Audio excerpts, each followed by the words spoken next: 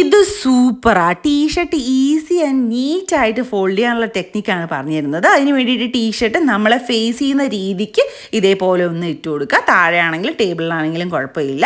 അതിനുശേഷം നമ്മൾ ഇതിൽ 3 പോയിന്റ്സ് ആണ് കണ്ടുപിടിക്കുന്നത് കേട്ടോ. അപ്പോൾ ഇത് ശ്രദ്ധിച്ച് ആദ്യം കാണുമ്പോൾ നമുക്ക് പെട്ടെന്ന് മനസ്സിലാവില്ല. 1-2 തവണ കാണുകയാണെങ്കിൽ പെട്ടെന്ന് മനസ്സിലാക്കാൻ പറ്റും കേട്ടോ. അപ്പോൾ 3 പോയിന്റ്സിന് വേണ്ടിയിട്ട് ആദ്യം റൈറ്റ് ഹാൻഡ് ഉപയോഗിച്ച് ആദ്യത്തെ ഷോൾഡർ പാർട്ടിൽ എടുത്തു. അത് കഴിഞ്ഞ് അതിന് തൊട്ട് താഴെ തന്നെ സെൻറ്ററായിട്ട് ഞാൻ ലെഫ്റ്റ് ഹാൻഡ് ഉപയോഗിച്ചു. അതേപോലെ താഴെ മൂന്നാമതൊരു പോയിന്റും കൂടെ പിടിച്ചതിന് ശേഷം ലെഫ്റ്റ് ഹാൻഡ് എടുക്കുന്ന ഇവിടെയാണ് നമുക്ക് കൺഫ്യൂഷൻ വരിക.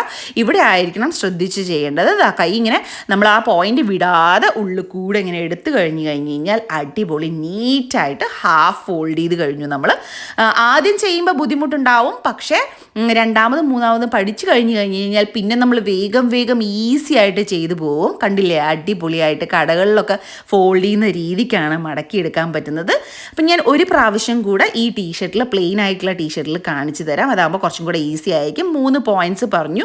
ആ പോയിന്റ്സ് സ്ട്രെയിറ്റ് ആയിരിക്കണം, സെൻറ്റർ ആയിരിക്കണം. ഇങ്ങനെ രണ്ടും കൂടെ താഴത്തെയും മേലത്തെയും കൂടെ വരുന്ന രീതിക്കായിരിക്കണം എടുക്കേണ്ടത്. അതേപോലെ തന്നെ റൈറ്റ് ഹാൻഡ് ഉപയോഗിച്ച് വേണം മൂന്നാമത്തെ പോയിന്റിൽ എടുക്കേണ്ടത്. അതിനുശേഷം ലെഫ്റ്റ് ഹാൻഡ് ഇതേപോലെ കഴിഞ്ഞിട്ട് ആ പോയിന്റ്സ് വിടാതെ രീതിക്ക് വേണം പുറത്തെടുത്ത് കഴിഞ്ഞ് കഴിഞ്ഞാൽ ഇതേ കണ്ടില്ലേ, ഇതേപോലെ വൃത്തിയായിട്ട് കിട്ടും.